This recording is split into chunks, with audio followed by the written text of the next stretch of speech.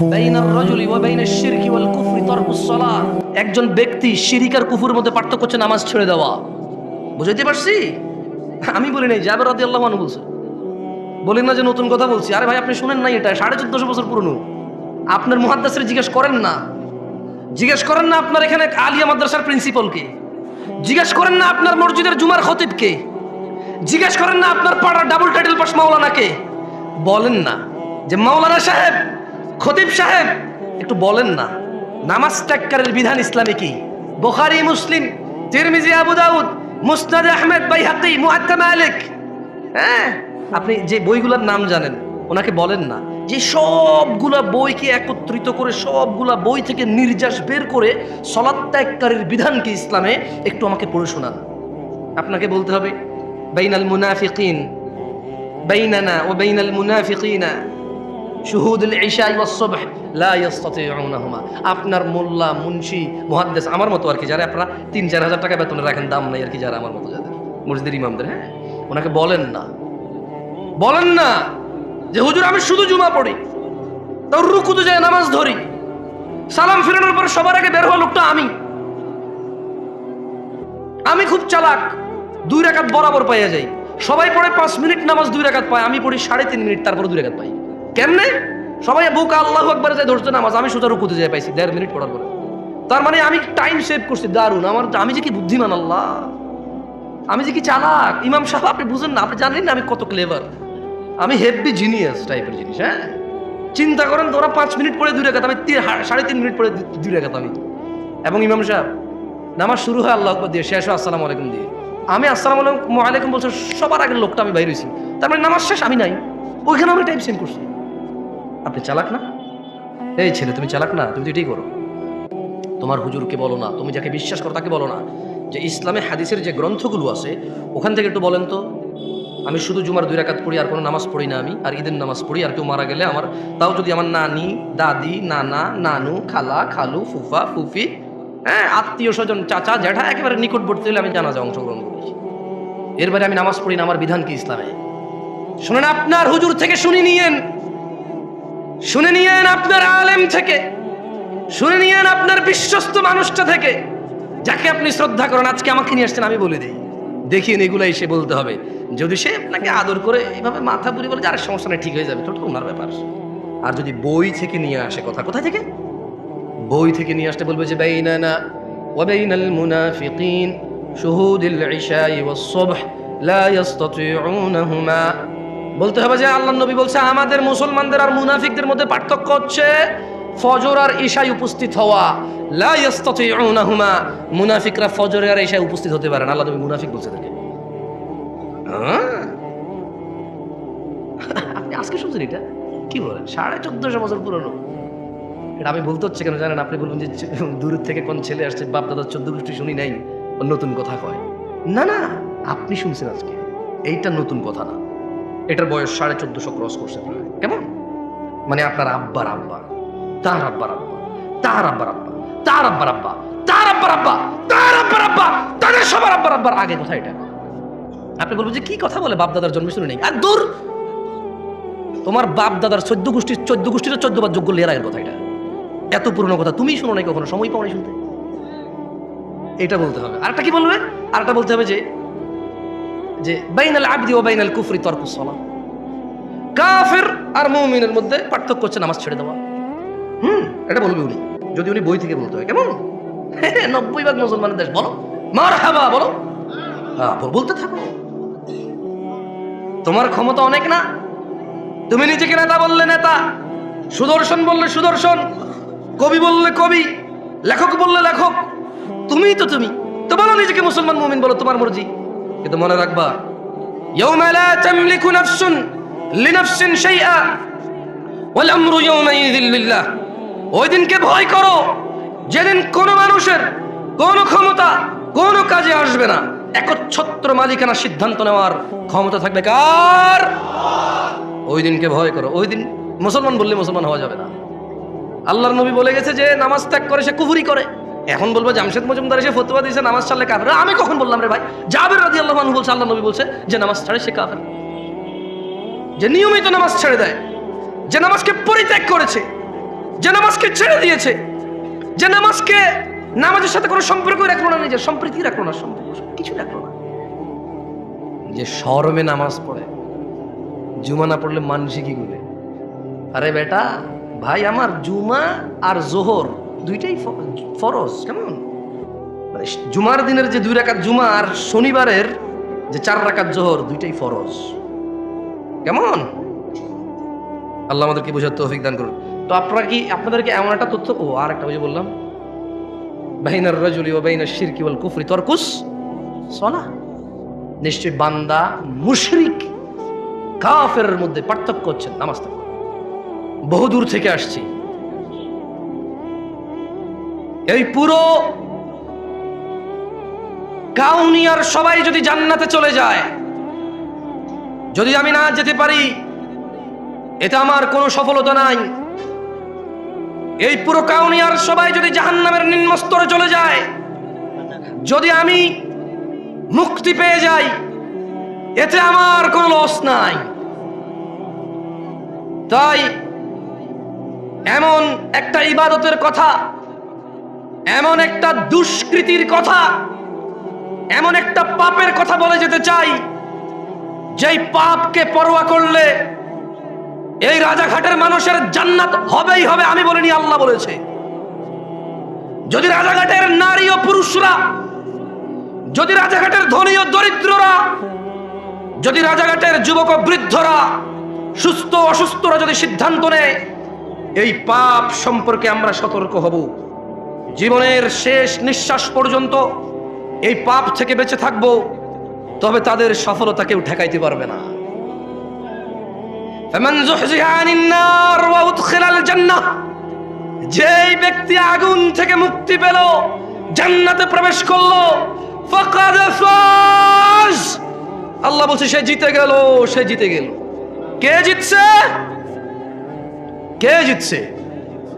যে আগুন থেকে বেঁচে গেল, জান্নাতে ঢুকলো, সে জিতছে। কে জিতছে? কে জিতছে? যে 3 গোল দিছে সে। কে জিতছে? বলেন বলেন, মুখস্থ করেন, ঠোঁটের মধ্যে নিয়ে আসেন, দেখেন না মুখের থেকে হৃদয় ঢোকে কিনা। কে জিতছে? নাকি যে ছক্কা মারছে? কে জিতছে? নাকি যে চাকরি পাইছে? কে জিতছে? নাকি যে নেতা হইছে? কে জিতছে? নাকি যে ব্যবসায়ী হইছে? কে জিতছে? যার বাপের 20 বিঘা জমি সে, নাকি যে আগুন থেকে মুক্তি পাইছে? সফলতা আল্লাহর কাছে জান্নাত ছাড়া আর কিচ্ছু না। এই পৃথিবীতে এমন কিছু নেই যেটা পেলে আল্লাহ মানুষকে সফল বলেছে। আল্লাহ বলেছে যে আগুন থেকে রেহাই পেল, জান্নাতে প্রবেশ করলো, ফাকাদ ফাজ, সে জিতে গেল। তো ইয়া আল্লাহ, সে কত গোলে জিতলো, কত রানে জিতলো? আল্লাহ ফাজা ফাউজান আযীমা, সে পৃথিবীতে যত শ্রেষ্ঠ, এই মানুষের জন্য যত শ্রেষ্ঠ কিছু আছে সবচাইতে বড়টা জিতছে সে। এর চেয়ে আর কিছু বড় নেই। লুকমান হাকিম বলেছিল, আল্লাহ মুহাম্মদ সাল্লাল্লাহু আলাইহি সাল্লামকে বলতেছেন, ওয়াইদ ক্বালা লুকমান, আল্লাহ বলল যে আর স্মরণ করুন যখন লুকমান বলেছিল তার পুত্রকে, ইয়া বুনাই ওয়া হুয়া ইয়ালিবনি, তার পুত্রকে যখন সে বলেছিল ওয়া হুয়া ইয়াইদহু, ওয়াজ করতেছিল। কি করতেছিল? কি করতেছিল? আমি কি করতেছি এখানে আজকে? গত বছর এখানে কি হয়েছে? এর আগের বছর যত হুজুর আসে কি করে এখানে? যত শ্রোতা আছে কি শুনে এখানে? ওয়াজ শোনে। লুকমান হাকিম তার ছেলেকে ওয়াজ করছে। এদেশের বাপেরা হুজুর নিয়ে এসে ছেলেকে ওয়াজ শোনায়, নিজেরা ওয়াজ করে না।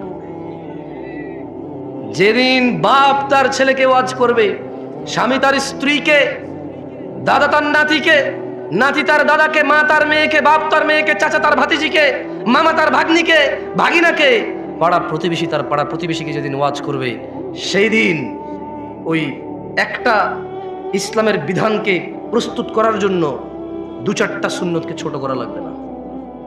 সেদিন সবাই জেনে যাবে। কেমন? ওই ক্বালা লুকমান, স্মরণ করুন লুকমান লিবনি, তার ছেলেকে ওয়াজ করছিল, ওয়া হুয়া ইয়াইদু, ওয়া হুয়া ইয়াইদু, তার ছেলেকে সে ওয়াজ করছিল কি, ইয়া বুনাই, ও আমার আদরের ছেলে, লা তুশরিক বিল্লাহ, তুমি আল্লাহর সাথে শরীক করিও না, ইন্না শিরকা লা যুলমুন আযীম, আমার ছেলে, শিরিক পৃথিবীর যত অপরাধ উপস্থিত আছে সবচেয়ে বড় অপরাধ। এখন প্রশ্ন হতে পারে 1000 লিটার মদ খেলে আর শিরিক করলে কোনটা বড় অপরাধ? এখানে কোরআনুল কারীমে সূরা লুকমান আল্লাহ বলছে যে ইন্না শিরকা লাযুলমুন আযীম, নিশ্চয়ই শিরিক সবচাইতে বড় অপরাধ। প্রশ্ন আসতে পারে এদেশের নেতারা কয়েক হাজার কোটি টাকা দুর্নীতি করে নিয়ে চলে গেছে, এটা হিসেব হবে মানুষের টাকা। কার টাকা? মানুষের টাকা। হিসেব আল্লাহ মাফ করবে না। যার টাকা মারছে তারা মাফ করবে তারা। যদি তারা মাফ না করে তাহলে তাদেরকে নেকি দিয়ে দিতে হবে। যদি তাদের ওই লোকের কাছে, নেতার কাছে আর নেকি নেই, তবে এই দেশের নেতাদের কাছে বহু নেকি আছে। বলেন তো কেন? এই মসজিদ মাদ্রাসার লোকেরা নেতার কাছে যায় 2 লাখ টাকার জন্য দাঁড়ায় থাকে। ওর বাপ কি করতে রে? তুই যে 2 লাখ টাকার জন্য গেলি, কোথেকে টাকা নেই? এই ওর বাপ কি করতো? আমি চিনি না ওর বাপের। ও নিজে কি করতো? এই মসজিদে 1 লাখ, ওই মাদ্রাসায় 2 লাখ, ওই স্কুলে 5 লাখ, ওই এতিমখানা মেয়ের বিয়েতে 10 লাখ আনে করতে গেলে টাকা। ওর বাপের কয় বিঘা জমি ছিল রে? ও কি ব্যবসা করে? কত ব্যবসার নাম? ওর কাছে যায় দাঁড়ায় থাকো টাকার জন্য।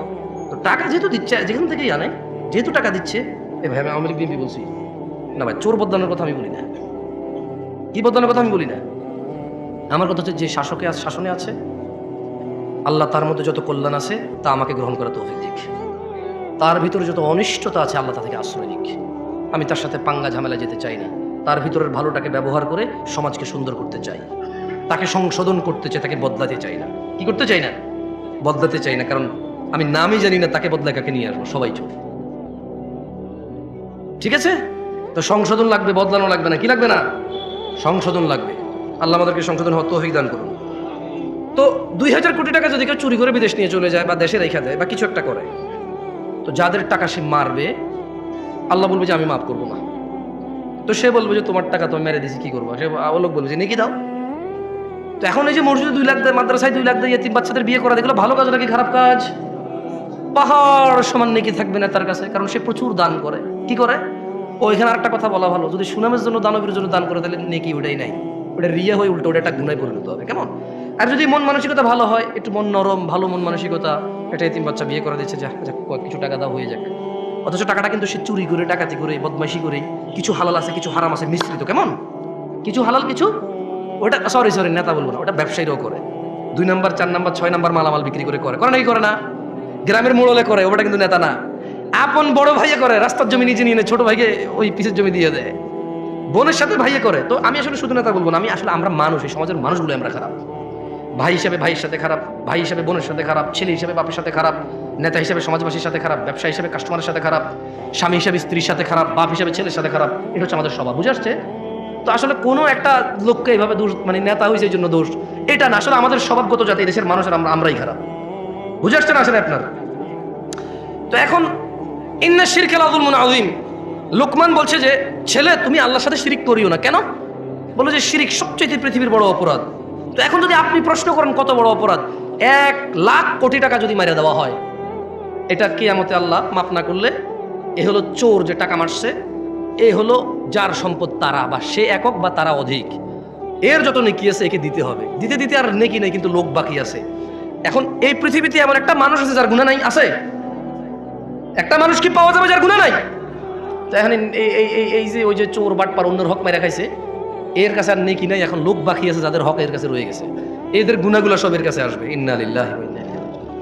সেই নেকির পাহাড় নিয়ে সে মানুষ সবার গুনাহ নিয়ে গুনার পাহাড় নিয়ে যাবে। এবারে আসেন, এরপরে কি হবে? এর সমস্ত নেকি শেষ, সব মানুষের গুনাহ এর কাছে চলে আসছে, এইবার কি হবে ওর? এটা প্রশ্ন করতে পারে না? ধরে নেন ওর শিরিক করে নাই, কি করে নাই? কি করে নাই? আল্লাহ বলছে যে ইয়াগফিরু লিমান ইয়াশা, যাকে খুশি মাফ করে দেবে। বুঝে দিবেন নাই? কি বলছে আল্লাহ? আরে ভাই, চোরদেরকে উৎসাহিত করতেছি না, ভুল বুঝিয়েন না আপনারা আমার। অধিকাংশ চোরই মুশরিক বেনামাজি, অধিকাংশ চোর মুশরিক বেনামাজি, অধিকাংশ চোর ডাকাত আল্লাহকে অস্বীকার করে। আচ্ছা, একটা কথা বলি আপনাকে, মাশাআল্লাহ আপনারা একটু ঠান্ডা চুপ আছেন, একটু মনোযোগ দিয়ে শোনেন। জিনা করা কি? ন্যাংটা থাকা কি? ন্যাংটা থাকা কি? আরে আমি নাস্তিক, আমরা জোর করি। ন্যাংটা থাকা কি? গুনাহ। গুনাই তো, হারাম তো গুনাই। শরম না? শরম না? শুকর খাওয়া কি? আচ্ছা, কালকে বাংলাদেশের বইতে লেখা হলো আমি ওয়াল্লাহি, আল্লাহ সাক্ষী, আল্লাহ সাক্ষী, কসমে বিল্লাহি তাআলা, আল্লাহকে সাক্ষী রেখে বলছি, আমি বর্তমান যে সরকার বা এর আগের সরকার বা পরে কি আসবে আমি এত নন অফ কনসার্ন না। আমি ধরেন এসেছি শিক্ষা নীতিমালা হয়, অনেক কিছু বইতে আসতেছে, যেমন এদেশের সায়েন্স আর্টসের অনেক বইতে লেখা আছে সব ধর্ম ম্যান মেড, মানুষের বানানো ধর্ম, কেমন লেখা আছে বইতে। আপনি কি করবেন? কি করবেন আপনি? টিচার পড়াবেন? এটা পড়াবে, ছাত্ররা পড়বে। ধরেন কালকে বইতে লিখলো বছরে একটা দিন আমরা নির্ধারণ করব, ওই দিনের নাম দিব আমরা দুঃখ ভোলা দিবস। কি ভোলা দিবস দিব? আরে ভাই, যারা মাতাল তারা সবাই কেন খায়? কয় দুঃখ বলার জন্য খায়। বুঝতে পারছি না? পারি নাই। এটা সিগারেট খোর পর্যন্ত সিগারেট খায় দুঃখ বলার জন্য। কি বলার জন্য? দুঃখ বলার জন্য। তো ধরেন এরকম একটা দিবস চালু হলো তর্কের খাতিরে, যে বছরে একদিন আমরা সবাই সুন্দর করে সেজে গুজে মেয়ে ছেলে একাকার হয়ে আমরা দুঃখ বলা দিবস পালন করব। ধরেন টিচাররা এটা শিখাবে, বাচ্চারা বলো তো দুঃখ বলা দিবস কোন দিন? আমরা বললাম অমুক দিন। এরপর আমরা সবাই আইলাম, বাপের থেকে 2, 4, 500, 1000 যেই টাকা বিয়ার পাওয়া যাবে, মদ পাওয়া যায়, সবাই 1 বোতল 2 বোতল করে নিয়ে আইলাম। নিয়ে আয়া আমরা সবাই একসাথে হইলাম, হইয়া আমরা কি পালন করব? দুঃখ ভোলা দিবস। আপনি আপনার বাচ্চাকে মদ কিনে দিবেন? দিবেন না? কেন? কেন? ও আচ্ছা, মাশাআল্লাহ, ইউ কেয়ার অ্যাবাউট হারাম। আপনি হারাম সম্পর্কে পরোয়া করেন? জাযাকুমুল্লাহ খায়র। শুনে খুব ভালো লাগলো। আচ্ছা, ধরে নেন পরশু একটা দেশে, এই দেশ না জানি, এই দেশ নিয়ে কথা বলে খুব ঝামেলা আছে। আচ্ছা, উদাহরণের মধ্যে যে কোনো দেশ হইলো কেমন? আমরা একটা দেশের নাম দিলাম কল্পনা। ও না, ওটা মনির খানের হয়ে যাবে পরে, সমস্যা। ওই ব্যাটা দিয়ে কি নাম দেওয়া? একটা দেশের নাম দেন তো, মানে কাল্পনিক। ভাই, এটা বাংলাদেশের ভিতরে, আমি এই দেশ নিয়ে কথা বলতে চাই না। আমি পাগল, এত বড় ভুল আমি করবো না। দাঁড়ান, টংটাং। কারণ টংটাং দেশে যে কোনো কিছু হইতে পারে। যে দেশের নাম টংটাং, সেই দেশে যে কোনো কিছু হইতে পারে। এখন একটা দেশের নাম ধরে নেন টংটাং, ওই দেশে কিছু মুসলমান বসবাস করে, কিছু হিন্দু বসবাস করে, কিছু বৌদ্ধ বসবাস করে, কিছু খ্রিস্টান বসবাস করে, কিছু নাস্তিক বসবাস করে, কিছু ইয়াহুদি বসবাস করে, নাসারা বসবাস করে, বহু ধর্মের ধর্ম মানে বসবাস করে। ধরে নেন ওই দেশের গভর্নমেন্ট হঠাৎ করে বলল আমরা সৌন্দর্য প্রদর্শন দিবস পালন করব। কি দিবস? এবং তারা তাদের শিক্ষকদেরকে বলে দিল বইতে একটা অধ্যায়, সৌন্দর্য প্রদর্শন অধ্যায়। কি অধ্যায়? তো ওই দিন আমরা যাপন করব কিভাবে? তারা বললো যে সৌন্দর্য যেহেতু প্রদর্শন, তাইলে সবাই জামা কাপড় ছাড়া আসলে ভালো হবে, পুরুষের দেখা যাবে। আরে আশ্চর্য, হাসতেছে কেন? কি প্রদর্শন? তাইলে যার শরীরে যতটুকু অংশ আছে, যে যত বেশি করে দেখাবে সে পুরোটাই দেখালো, রাইট? এটা তাদের লজিক। এটা কার লজিক? তাদের লজিক। কোন দেশের? টংটাং দেশের লজিক। এখন টংটাং দেশের মুসলমানরা বলো কি, আমার বাচ্চাকে আমি ঘর থেকে জামা কাপড় কোনো কিছু ছাড়া স্কুলে পাঠাবো আজকে সৌন্দর্য প্রদর্শন দিবস পালন করার জন্য? শুধু বইতে লেখা আছে তাই? শুধু সরকার বলছে তাই? শুধু এদেশের বড়রা বলছে তাই? শুধু এদেশের ইঞ্জিনিয়াররা ডাক্তাররা বলছে তাই? এদেশের যাদের ক্ষমতা আছে তারা, এদেশের যারা পয়সাওয়ালা তারা, যারা সুন্দর করে ক্লিন শেপ করে হাঁটে তারা, যাদের they look so handsome, that's why তাদেরকে দেখতে খুব হ্যান্ডসাম দেখা যায়, এই জন্য আমি তাদের কথা মেনে নেবো। আমার বাচ্চাকে আমি ন্যাংটা পাঠাবো? আমার 12 বছরের যুবতী মেয়ে, আমার 15 বছরের যুবতী মেয়ে, আমার 18 বছরের যুবতী মেয়ে, আমার 20 বছরের যুবক ছেলেকে আমি কাপড় চোপড় ছাড়া পাঠাবো? ইম্পসিবল। বলবে, রাইট? আপনারা বলবেন? এরকম বলবেন তো না? ডাক্তার টংটাং দেশের মতো আপনারা বলবেন, রাইট? আচ্ছা, এরপর ধরেন কিছুদিন পরে দিবস একটা আসবে, দুঃখ বলা দিবস। টংটাং দেশে কি বলা দিবস আসবে? ওই দিন বইতে এরকম লেখা থাকবে, স্যাররা শিখাবে, শোনো, জানে না, বুঝে নাও, এরকম একটা দিন আসছে, অমুক দিন অমুক কিছু করছে, সে যেহেতু চলে গেছে, তাহলে আমরা প্রচুর দুঃখ পাই তার জন্য। আমরা কি করবো? আমরা মদ খাবো। আল্লাহর নবী হেলান দেওয়া ছিল, 2টা অপরাধের কথা বললো। একটা কি? আর একটা কি? তৃতীয় একটা অপরাধের কথা বলতে গিয়ে উনি এভাবে হেলান দিয়ে বসা অবস্থায় এই 2টা বলছে। কিভাবে হেলান দেওয়া অবস্থায়? যে কোনো ভাবে উনি হেলান দেওয়া ছিল, ঠিক আছে? তো এরপরে উনি হেলান থেকে উঠে গেছে, উঠে গিয়ে বললেন মিথ্যা সাক্ষ্য দেওয়া। কি সাক্ষ্য দেওয়া? কি সাক্ষ্য দেওয়া? কি সাক্ষ্য দেওয়া? এই দেশে একজন লোকের জেল হয়ে গেছে খারাপ মানুষ ছিল বলে। ওই সাক্ষীকে পরে ধরার পরে বললো যে আমি দেখি নেই কখন। দেখেন, পৃথিবীর সবচেয়ে বড় অপরাধ শিরক, তারপরে বাপ মা। আল্লাহ নবী হেলান দিয়ে বলছেন 2টা কথা। এরপর তিনি সাডেনলি হেলান থেকে উঠে গেছেন, উঠে গিয়ে বললো যে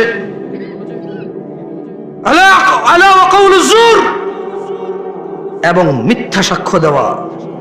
قال فما زال يكررها حتى قلنا ليت له سكت। আল্লাহর নবী হেলান দিয়ে উঠছে, ছোট ভাই আমার মিথ্যা সাক্ষী দিস না, বোন আমার মিথ্যা সাক্ষী দিও না।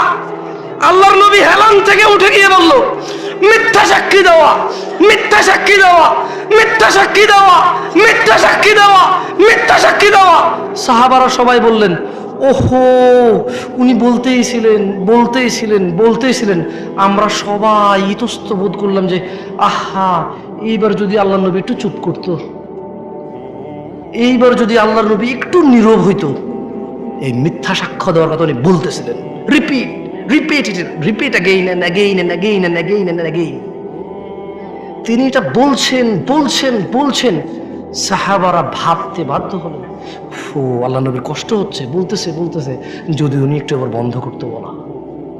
মিথ্যা সাক্ষ্য দেওয়া এত বড় অপরাধ, বুঝে আসছে?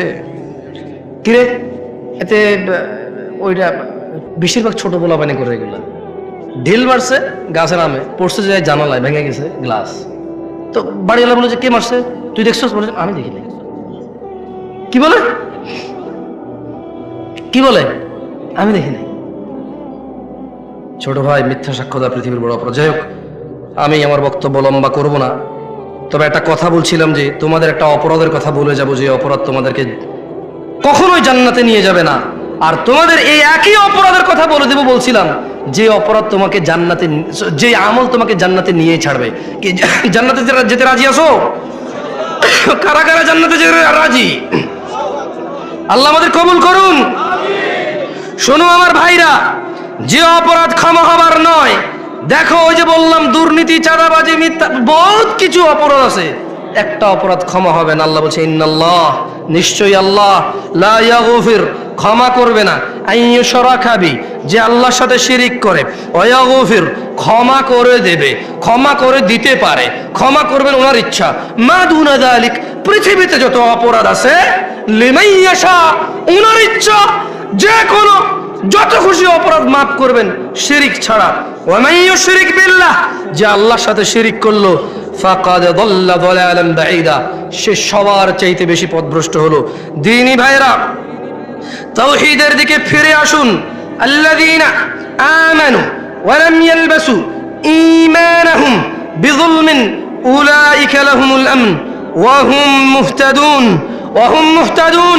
হিদায়াত প্রাপ্ত কেউ নয় এই পৃথিবীতে, কোন মোল্লা, মুন্সি, গাজী, হাজী, মুফতি, মুহাদ্দিস, সাধারণ অসাধারণ, পুরুষ নারী, ধনী দরিদ্র, কেউ হিদায়াত প্রাপ্ত নয় ওই ব্যক্তি ছাড়া।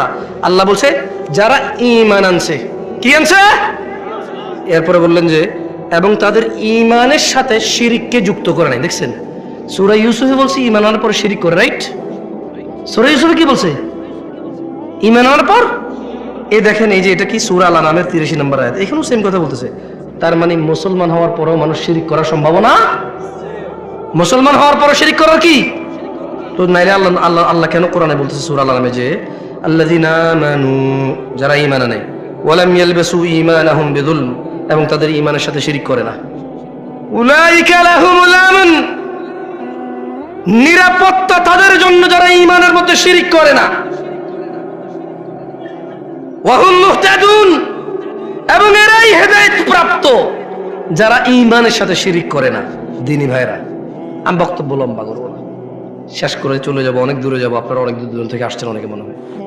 দেখেন, শিরিক যদি না বুঝে আসে আপনার, আমি আপনাকে আবারও একটা হাদিস, কয়টা হাদিস? একটা হাদিস আমি আপনাকে পড়ে শোনাই, এখান থেকে বিদায় নিতে চাই। আপনারা আমার মুখে কি হাদিসটা পড়বেন? তো ঠিক আছে, শুনেন। মক্তবে পড়ছেন কারা কারা? হাত তোলেন তো। মক্তবে পড়ালেখা করছেন? মাশাআল্লাহ, মাশাআল্লাহ, তাইয়্যিব তাইয়্যিব। শুনেন, বলেন আন, জোরে, আন সাঈদ ইবনুল মুসাইয়্যিব রাদিয়াল্লাহু আনহু আন্না রাসূলুল্লাহ সাল্লাল্লাহু আলাইহি ওয়াসাল্লাম قال, বলেন সাঈদ ইবনুল মুসাইয়্যিব রাদিয়াল্লাহু আনহু থেকে বর্ণিত, তিনি বলেন, আল্লাহর রাসূল বলেছেন সাল্লাল্লাহু আলাইহি ওয়াসাল্লাম। আমি গজল বেশি একটা পছন্দ করি না, কেন জানেন? কারণ গজলে নবী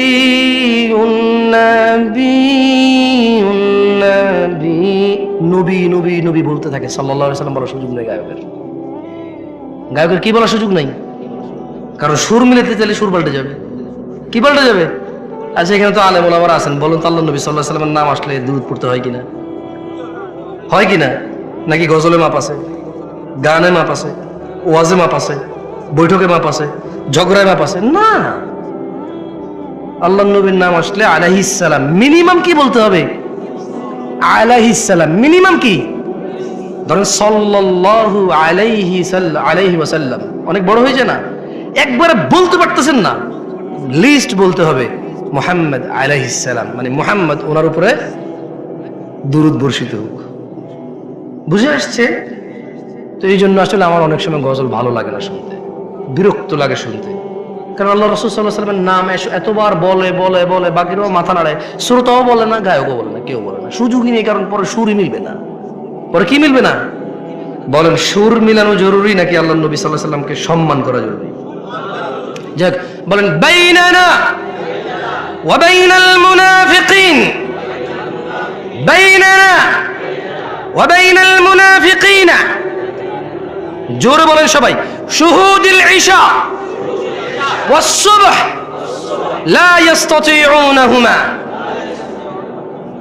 এখানে বলছে যে আল্লাহ নবী সাল্লাল্লাহু আলাইহি ওয়াসাল্লাম বলেছেন, মুসলমান আর মুনাফিকের মধ্যে পার্থক্য হচ্ছে ফজর আর ইশায় উপস্থিত হওয়া। মুনাফিকরা পারে না। এবার বলেন, আন জাবির রাদিয়াল্লাহু আনহু, জাবির রাদিয়াল্লাহু আনহু থেকে বর্ণিত, তিনি বলেন, একটু জোরে বলেন, মুখস্থ করেন এটা। আমি চলে যাব, গত বছরও আসছে, আগামী বছরও আসবে, কোনো লাভ হবে না আপনার আমার। একটু মুখস্থ করেন, দেখেন কোনোদিন যদি কাজে চলে আসে। কেমন? অনেক সময় দেখেন এটা নাট পড়ে আছে, কোনো কাজে লাগে না, হঠাৎ এক জায়গায় লেগে যায়। এবং যে জায়গায় লাগে এই জায়গায় মানে আপনি নাইলে যে কি হইতো আল্লাহ জানে, নাইলে যে কি হইতো আল্লাহ জানে। মুখস্থ করে নেন, ধরে নেন, ওই স্পায়ার নাটই ধরে নেন নাই একটা হাদিস, দেখেন না কোন দিন কোন কাজে লেগে যায়, আর আপনার কিচ্ছু লাগবে না। বলেন, জাবির রাদিয়াল্লাহু আনহু থেকে বর্ণিত, তিনি বলেন, আল্লাহর নবী সাল্লাল্লাহু আলাইহি ওয়াসাল্লাম বলেছেন, বাইনার রাজুলি ওয়া বাইনাশ শিরকি ওয়াল কুফরি তারকুস সালাহ। বান্দা শিরক ও কুফরের মধ্যে পার্থক্য হচ্ছে নামাজ ত্যাগ করা। এখন আপনারা শিরিক, কুফরি, মুনাফিকি এগুলোর কি পরোয়া করবেন? আপনাদের ব্যাপার। তবে একটা আয়াত পড়ে বিদায় নিব। ভালো হয়ে যাও যুবক, ছোট ভাই আমার, তোমার আব্বা জওয়ান ছিল তো, দেখো বুড়ো হয়ে গেছে, তুমি হয়ে যাও। বেঁচে থাকলে বুড়ো হওয়া আশা তুমি মরতে পারবো না। যদি বেঁচে থাকো 50, 60, 70, 80, তো বুড়া হয়েই যাবা। এই চামড়া ভাঁজ হয়েই যাবে, এই যৌবন থাকবে না। থাকবে না চিরকালেই দাপট আর নেতৃত্ব আর ব্যবসা বাণিজ্য, সম্পদ, গ্রহণযোগ্যতা চিরকাল থাকবে না। ভালো হয়ে যাও ভাই আমার। আচ্ছা হুজুর, আমার বয়স 50, এক ওয়াক্ত নামাজও পড়ি না জুমা ছাড়া। হুজুর, আমার বয়স 40, জুমা ছাড়া কোনো নামাজ পড়িনি, ঈদ ছাড়া।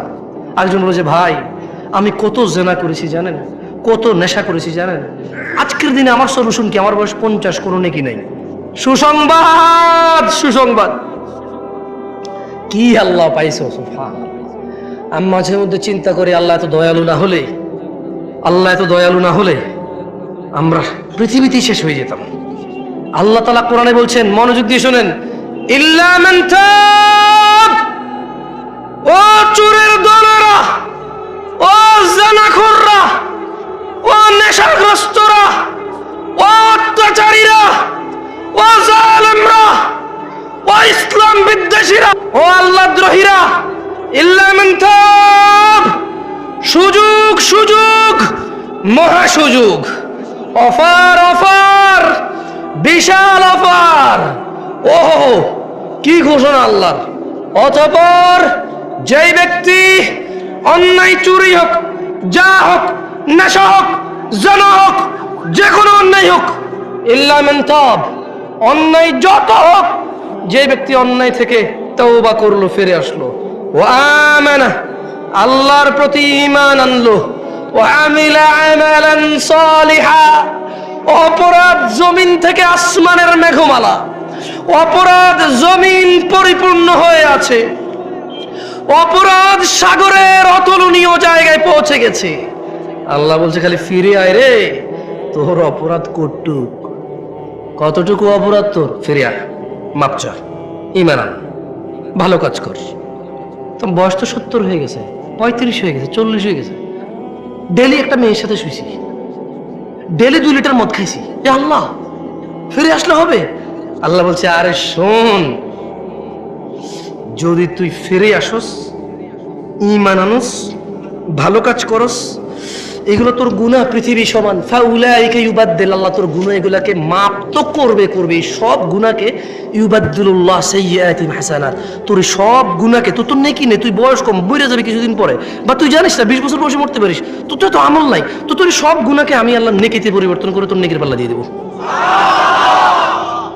ওয়াল্লাহ, এটা কোনো হাদিস না যে আপনি জাল বলবেন, এটা কোনো হাদিস না আপনি দৈহিক বলবেন, এটা কোনো হাদিস না আপনি তর্ক বিতর্কে লেগে যাবেন, এটা সূরা কোরআনের আয়াত, একেবারে আমি ব্যাখ্যাও করি নাই। আল্লাহ বলছে ইল্লা মান তাব, অতঃপর যে তওবা করে, ওয়া আমানা, ঈমান আনে, ওয়া আমিলা আমালান সালিহা, ভালো কাজ করে, ফাউলাইকা ইউবাদদিলুল্লাহু সাইয়্যাতিহিম হাসানাত, আল্লাহ তার সকল গুনাহকে নেকিতে পরিবর্তন করবে। এবার এই অফার আপনি নেবেন কিনা এটা আপনার ব্যাপার। তবে এই অফার পেতে হলে কি করতে হয়? প্রশ্ন তওবা কেমনে করে, গুনাহ কেমনে নেকিতে পরিবর্তন করব? শুধু মাপ না, এটি নেকি হয়ে যাবে। ধরে নেন বাংলাদেশ সরকার বলল কার কাছে কত জাল টাকা আছে, 30 ফেব্রুয়ারি 2024 এর মধ্যে সমস্ত জাল টাকা আইনা জমা দাও, সেম আসল টাকা নিয়ে যাও, তবে আর কখনো জাল টাকা বানাইতে পারবা না, যদি বানাও মৃত্যুদণ্ড, যদি বানাও কি। এখন এক লোক বলল যে এই যে বললো সমস্ত জাল টাকায় আসল টাকা দিবে, আমার কাছে 20,000 কোটি টাকা আছে জাল টাকা, ধরেন গভর্নমেন্ট বললো যে ডাজেন্ট ম্যাটার, যত আছে 20,000, 50,000, 1 লাখ কোটি টাকা থাক, ডাজেন্ট ম্যাটার, তবে আজকে এখানে জমা দিতে হবে, এই টাইমের ভিতরে জমা দিলে